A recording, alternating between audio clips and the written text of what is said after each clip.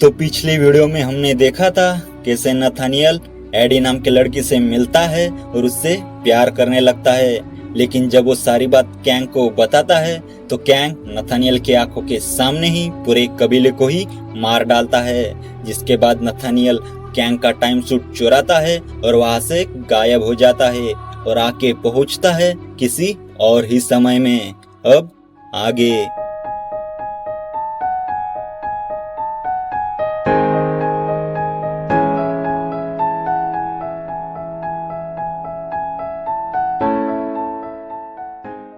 Nathaniel बताता है ये साल 95 था जब इजिप्ट में फोर्थ एम्पायर का राज हुआ करता था। लेकिन जब वो आया तो उसने उस वंश को खत्म करके कैंग का साम्राज्य बनाया। यहाँ के लोग रामाटूट को गॉड की तरह पूजते हैं और वो ऐसा मानते हैं कि उसका मैजिक किसी भी गॉड के मैजिक से बढ़कर है। रामाटूट की आर्मी और नथानियल में फाइट हो जाती है और जब एक गार्ड नथानियल को मारने ही वाला होता है कि तभी कोई शख्स उस गार्ड को ही मार डालता है। तब एक आवाज आती है, बेशक तुम पर सन की नजर हो लेकिन तुम्हें मून ने बुलाया है। तब हम देखते हैं मून नाइट को। मून नाइट नथानियल को वहां से बचाकर ले जा रहा होता है। नथानियल रास्ते में कहता है, रुको, तुम्हारा थैंक्स, पर तुम हो कौन और तुम्हें मेरे आने के बारे में कैसे पता चला? जिस पर मून नाइट कहता है वह हमेशा सच बोलता है। उसने मुझे बताया था कि कोई आकाश से आएगा और हम सबको इससे मुक्ति दिलाएगा। तब नथानियल रामाटूट के एम्पायर को देखकर कहता है, ढोंगी कहीं का।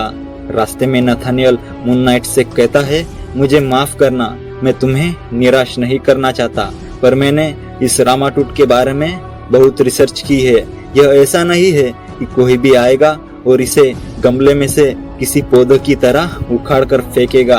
तुम जिसके बारे में सोच रही हो वो रीड रिचर्ड है, मैं नहीं। तब मून नाइट कहता है, शांत रहो, तुम अब फॉरगेटन गॉड्स के टेम्पल में हो जिन्हें लोग भूल चुके हैं। तुम अब कोंशु के सामने हो। मैं चाहती हूँ कि तुम उनके सामने जो भी बोलो सच बोलो। मुझे बताओ तुम यहाँ किस लिए आए हो? नथानियल कोंशु की बड़ी सी मूर्ति देखकर बोलता है, मैं यहाँ उससे भागकर आया हूँ क्योंकि वो मुझे झुकाना चाहता था। तब मून नाइट कहता है, तुम्हें अब कोई नहीं झुकाएगा क्योंकि तुम रवोना के सामने हो जो बस कोंशु के आगे झुकती है। रवोना नाम सुनकर नथानियल कहता है, तुमने अभी कौन सा नाम बोला? तो मून नाइट अपना हेलमेट उतारते हुए बोलती है, रवोना। नथानियल भी अपना इंट्रो देते हुए कहता है, मैं नथानियल द लॉस्ट। तब रवोना कहती है, कोई भी खोता नहीं है, वो बस अपने रास्ते से भटक जाता है। तुम्हें अपने मन को मून के लिए खोलना होगा और तब देखना कि क्या होता है। नथानियल कोंशु की तरफ देखकर कहता है, मुझे गॉड्स में यकीन नहीं है क्योंकि मुझसे न जाने कितनों की ही जाने गई है। गॉड कहे जाने वाले कितने ही लोगों को मैंने हराया है। मैंने एक बार गॉड ऑफ थंडर की आंखों में भी खौफ देखा है। तब नथानियल को पिछली बातें याद आने लगती है जिसमें कैंग बताता है कि नेवर लव समवन। उसे एडी की भी याद आने लगती है और कैंग का रवोना को याद करके रोना भी। नथानियल कहता है, कैंग के आर्मर की वजह से उसकी मेमोरी भी कैंग से जुड़ती जा रही है, जैसे कि वह उसकी नसों को चीर कर रख देगी।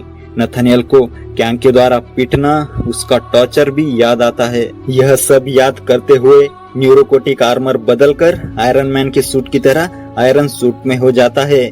नथानियल कहता है, मैं कसम खाता हूँ रवोना कि मैं ऐसा हीरो बनूंगा जैसा तुमने सोचा था। जिसके बाद नथानियल आयरन लैड बनकर मून नाइट के साथ रामाटूट के एम्पायर को नष्ट करने के लिए निकल पड़ता है।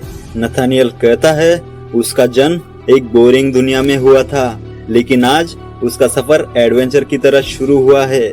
उसने रवोना के साथ तब हंसना सीखा जब उसे लगा कि ये उसका अंतिम समय हो सकता है। मैं जब छुपता फिर रहा था तब मैंने विद्रोह करना सीखा और उसमें खुशी ढूंढी। रवोना और नथानियल एक दूसरे के साथ इस सफर में काफी खुश लग रहे थे। दिन बीतते जा रहे थे। एक शाम रवोना नथानियल से पूछती है, क्या तुम्हें आसमान से गिरने के पहले का कुछ भी याद है? इस पर नथानियल ने कहा, हाँ मुझे सब याद है कि मैं किस दुनिया से आया हूँ और वहाँ मेरा क्या मकसद था। और तब मुझे कैंग मिला। उसने मुझे वो सब दिखाया जो भी मैं आगे करने वाला हूँ। यह सब जानना कितना बुरा होता है कि आप आगे क्या करने वाले हो, लेकिन मुझे लगता है कि मेरी डेस्टिनी कुछ और है। जिस पर रवना कहती है, मैं मानती हूँ कि डेस्टिनी के बिना लाइफ मीनिंगलेस है। मुझे अपने बारे में कुछ भी याद नहीं है, सिवाय इसके कि मेरे पेरेंट्स ने मुझे कोनशू के हवाले कर दिया था। इस पर नथानियल पूछता है, क्या तुम्हारा नाम तुम्हारे पेरेंट्स ने दिया या फिर तुम्हारे गॉड ने? जिस पर रवना कहती है, ये मेरा नाम है और इसे मैंने मेरे लिए दिया है। इस पल नथानियल और रवना के बीच में मोमेंट बनने लगता है। इस पल नथानियल सोचता है, कैंग ने कहा था नेवर लव। कैंग प्यार के बारे में कुछ नहीं जानता है, वो एक नफरत पसंद आदमी था। नथानियल की किस्मत ठीक उसी ओर जा रही थी जिस तरफ कैंग की गई थी। जब आप जवान होते हो तब यह बहुत कठिन हो जाता है उसके बगैर रहना जिसके बारे में आपको यह लगता है कि वह बस उसी के लिए ही जन्मा है। प्यार इंस्पायर करता है जबकि नफरत गुस्से को जन्म देती है। एंगर को शांति के साथ काबू किया जा सकता है। प्यार भले ही अंधा होता है, लेकिन नफरत एक पैरासाइट की तरह होती है जो इंसान को अंदर से ही खोखला बना देती है। तभी वहाँ पर जोर की रोशनी होती है और हम क्या देखते हैं कि रामाटूट इन दोनों की ही तलाश करता हुआ उन तक पहुँच चुका था। रामाटूट के सामने नथानियल और रवना को बंदी बनाकर पेश किया जाता है। रामाटूट ने कहा, तुम कौन हो जिसने मुझे चुनौती दी है? मेरे साम्राज्य को 1000 साल से भी ज्यादा समय हो चुका है, लेकिन तुम जैसा विद्रोही मैंने आज तक नहीं देखा। एक मिनट, जरा इस सुंदरी को तो देखने दो। गार्ड, इस लड़की को पकड़कर मेरे मनोरंजन कक्ष में डाल दो। तब रवना गुस्से में कहती है, अगर तुमने मुझे छूने की भी कोशिश की तो मैं तुम्हारी आंखें नोच लूंगी। जिस पर रामाटूट कहता है, वो तो तुम तब नोचोगी ना जब तुम पर तुम्हारी मर्जी चलेगी। इतना कहते ही रामाटूट रवना पर अपनी अल्ट्रा डायोड गन से अटैक करता है। ये कैंग का वह हथियार है जो सामने वाले की इच्छाओं को न्यूट्रलाइज कर देता है, और वो शख्स सिर्फ वही करता है जो कि कैंग कहता है।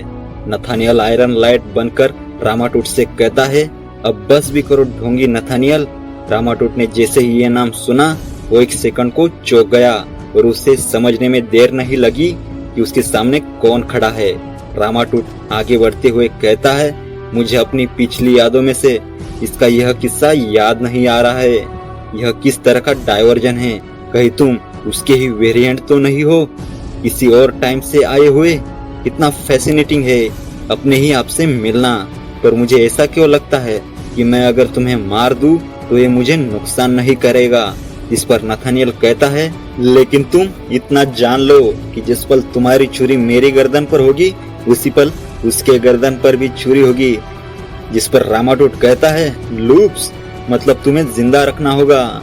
लेकिन लेकिन लेकिन एक ही समय पर दो नथानियल नहीं हो सकते। और इतना कहते ही रामाटूट नथानियल पर भी अपने अल्ट्रा डायोड गन से हमला करते हुए कहता है, मैं तुम्हें एक नई पहचान दूंगा और तुम्हारा इस्तेमाल अपनी सीमाओं को बढ़ाने के लिए करूंगा। मैं तुम्हारे आर्मर का फायदा उठाऊंगा अपने मकसद को अंजाम देने के लिए, मेरे सेंचुरियन। इस तरह नथानियल रामाटूट का गुलाम सेंचुरियन बन चुका था, जिसको रामाटूट ने एक दूसरे समाज पर हमला करने के लिए भेज दिया था। यह वह राज्य था जिसने रामाटूट को सबसे ज्यादा चुनौती दी थी।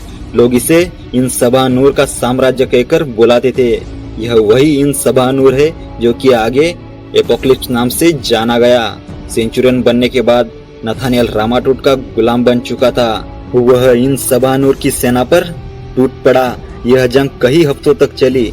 इस जंग में नथानियल ने अपने डर को देखा। अपने दिल की धड़कनों के साथ ताल मिलाते हुए उसने हजारों सोल्जर्स की जानें ले ली। वो खुद कॉन्करर तो नहीं बना था, लेकिन उसका सफर शुरू हो चुका था। प्यार ने उसको अंधा बना दिया था। उसे अब आगे बढ़ना था। उसके लिए उसकी बॉडी जेल और उसका आर्मर पिंजरा बन चुका था। इसीलिए उसे जरूरत थी तो इन दोनों को ही तोड़ने की। तभी इन सवानूर का फाइटर सेंचुरियन पर जबरदस्त हमला करता है, जिससे सेंचुरियन बेहोश हो जाता है। और जब सेंचुरियन जागा तब उसके सारे सैनिक मारे जा चुके थे। उसे नहीं पता था कि वह कितने समय तक बेहोश था। उसे चाहिए था तो बस बदला। नथानियल को रामाटुट से अपना बदला लेना था। पर जब नथानियल रामाटुट के महल पर गया तो उसने क्या देखा? रामाटुट का साम्राज्य, उसका महल सब तहस नहस हो चुका था। उसने वहां की रेत में धंसते हुए मलबे में रवना को ढूंढने की कोशिश की, लेकिन वह भी उसे कहीं नहीं मिली। नथानियल को यह समझते देर नहीं लगी कि वह लंबे समय तक बेहोश था और उसके बेहोशी के समय में रवना की भविष्यवाणी के हीरोज ने आकर इजिप्ट ने उन लोगों को रामाटुट के साम्राज्य से छुटकारा दिलाया था। लेकिन नथानियल जानता था कि रामाटुट मरा नहीं था, वो किसी और टाइम में भाग चुका था। इसीलिए उसे अपना बदला तो पूरा करना ही था। और अब उसके सूट में इतनी एनर्जी भी नहीं बची थी कि वो उसका इस्तेमाल करके किसी और टाइम में वापस चला जाए। इसीलिए नथानियल इजिप्ट के रेगिस्तान में किसी ऐसे से मदद लेने चल पड़ा जिसे खुद रामाटुट से बदला चाहिए था। तब नथानियल ऐसे शख्स के दरबार में उसके सामने झुककर कहता है, यह हम दोनों ही जानते हैं कि हमारा दुश्मन एक ही है और वह मरा नहीं है, वो बस छुपकर भाग गया है। तुम्हारी पावर्स और मेरी विजडम अगर एक हो जाए तो हम दोनों ही मिलकर उस गैंग को हरा सकते हैं। तब हम देखते हैं इन सबानूर यानी कि एपोक्लिप्स को, जिससे मदद लेने के लिए नथानियल उसके पास आया था। तो क्या एपोक्लिप्स नथानियल की मदद करेगा? क्योंकि नथानियल ने ही एपोक्लिप्स की आर्मी को हेवी डैमेज पहुंचाया था। यह सब सवालों के जवाब तो हमें आने वाले एपिसोड में ही पता चलेंगे। अगर चैनल पर नए हो तो चैनल को सब्सक्राइब कीजिए और वीडियो पसंद आए तो वीडियो को लाइक कीजिए।